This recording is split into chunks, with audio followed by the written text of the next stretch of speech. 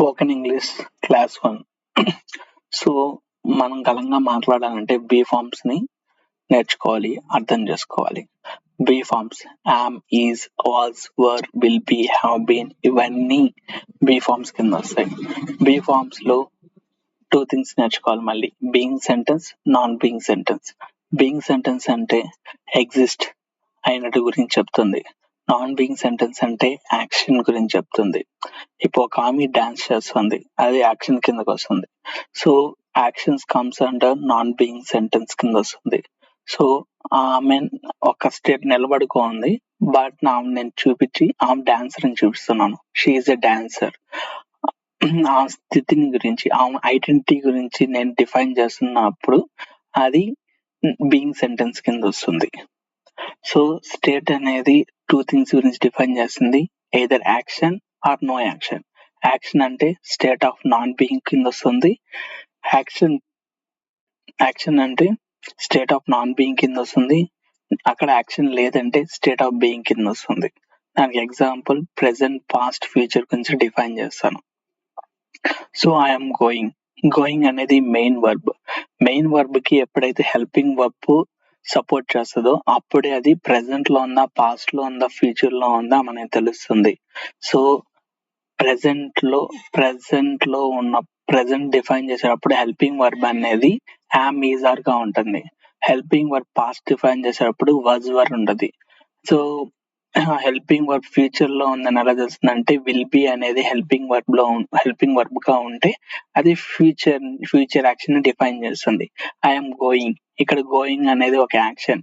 ఈ గోయింగ్ అనేది ఒక మెయిన్ వర్బ్. ఈ main verb helping verb support చేస్తేనే అది పాస్టా, ప్రెసెంటా, ఫ్యూచర్ అని తెలుస్తుంది. సో యామ్ అనేది ప్రెసెంట్ ఎందుకు వస్తుంది? ప్రెసెంట్ లో యామ్, ఈజ్, ఆర్ అని వస్తుంది. పాస్ట్ లో వాజ్, వర్ అని వస్తుంది. ఫ్యూచర్ లో విల్ బి ఉంటుంది. సో ఇప్పుడు యామ్, ఈజ్, ఆర్ అనేది ప్రెసెంట్ లో ఉంది. ప్రెసెంట్ లో యాక్షన్ జరుగుతుంది అని చెప్పగలుగుతాం. ఐఆమ్ గోయింగ్ టు స్కూల్ అంటే ప్రెసెంట్ లో అతను స్కూల్ కి వెళ్తున్నాడు అని డిఫైన్ చేస్తుంది.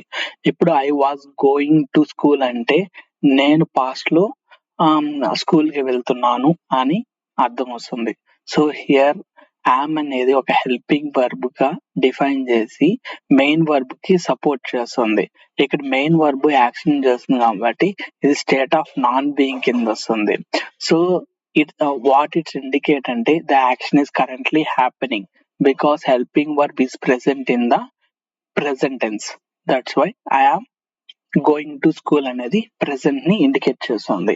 హీ స్టడీయింగ్ అతను చదువుతున్నాడు. పాస్ట్ లో చదువుతున్నాడా, ప్రెసెంట్ లో చదువుతున్నాడా, ఫ్యూచర్ లో చదువుతున్నాడా అని ఎలా తెలుస్తుంది ఆ సెంటెన్స్ లో అంటే ఆ మెయిన్ వర్బ్ కి స్టడీయింగ్ కి హెల్పింగ్ వర్బ్ సపోర్ట్ చేస్తుంది. ఆ హెల్పింగ్ వర్బ్ అనేది ఈజ్ ఉంది. ఈజ్ అనేది దేని కింద వస్తుంది? ప్రెసెంట్ కింద వస్తుంది. యామ్, ఈజ్, ఆర్ అనేది ప్రెసెంట్ కింద వస్తుంది కాబట్టి హీ స్టడీయింగ్ అతను ప్రెసెంట్ లో చదువుతున్నాడు అని మీనింగ్ వస్తుంది. ఎప్పుడైతే helping verb is express as state of non being in actions. Action జరుగుతుంది అంటే అది స్టేట్ ఆఫ్ నాన్ బీయింగ్ కింద వస్తుంది. ఓకేనా? సో యామ్, ఈజ్, ఆర్ అనేది కూడా మెయిన్ వర్బ్ కింద డిఫైన్ అవుతుంది ఎప్పుడు? నో యాక్షన్ ఉన్నప్పుడు. బట్ యాక్షన్ జరుగుతున్నప్పుడు helping verb am, is, are ఉన్నప్పుడు ఇవి హెల్పింగ్ వర్బ్స్ కింద వస్తాయి. So it is very important to differentiate what is main verb and what is helping verb. So helping verb is supporting to main verb to understand the state. Okay, state of action. Okay, ఇప్పుడు am, is, are with main verbs comes under non-being sentence. With main verbs comes under non-being sentence. Non-being sentence అంటే ఇక్కడ action జరుగుతుంది. అప్పుడు am, is, are అనేది helping verb support to the main verb. Main verb ఎప్పుడైతే ఈ helping verbs ఎప్పుడైతే main verb support చేస్తున్నప్పుడు main verb అనేది base form plus I N G form లో ఉంటుందో. బేస్ అనేది ఇప్పుడు గో అనేది బేస్, దానికి ఐఎన్జి యాడ్ చేసామంటే గోయింగ్ అనేది V4 కేటగిరీకి వస్తుంది. V4 కేటగిరీకి వస్తుంది గోయింగ్ అనేది. So while they don't directly express a state of being, they are essentially to form grammatical correct sentence in this sentence. So it's indicating present continuous tense. Helping verb am, is, are plus main verb in base form plus ing forms, it's indicate present continuous tense. So they are playing అనేది main verb కి supporting verb ఏముంది are అనేది దేని కింద వస్తుంది, present కింద వస్తుంది. So వాళ్ళు ప్రెసెంట్ లో ఆడుతున్నారు అని అర్థం అన్నమాట. సో పాస్ట్ టెన్స్ లో వర్స్ అండ్ వర్ వస్తాయి. So I was sleeping, so I am sleeping అంటే యామ్ అనేది ప్రెసెంట్ లో ఉంది కాబట్టి నేను ప్రెసెంట్ లో నిద్రపోతున్నాను. వాజ్ అనేది helping verb helping verb past define చేస్తున్నాను కాబట్టి గతంలో నేను నిద్రపోతున్నాను అని వస్తుంది. So they were working, I అనేది సింగులర్ కాబట్టి దాని పక్కన వాజ్ వచ్చింది, దే అనేది ప్లూరల్ కాబట్టి దాని పక్కన వర్ ఉంది. సో ఈ బీ ఫార్మ్స్ అనేటివి సబ్జెక్ట్ పైన ఆధారపడి ఉంటాయి. సో నెక్స్ట్ వీడియోలో దీని గురించి చెప్తాను అనమాట. సో ఇక్కడ I was sleeping, they were working.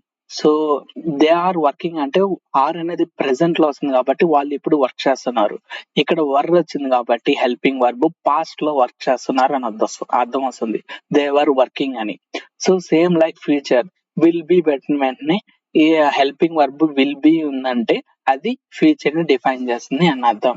So next వీడియోలో ఏం చెప్తానంటే బీ ఫార్మ్స్ అనేది సబ్జెక్ట్ మీద ఎలా డిపెండ్ అవుతాయి అనేది గురించి నేను నెక్స్ట్ వీడియోలో చెప్తాను.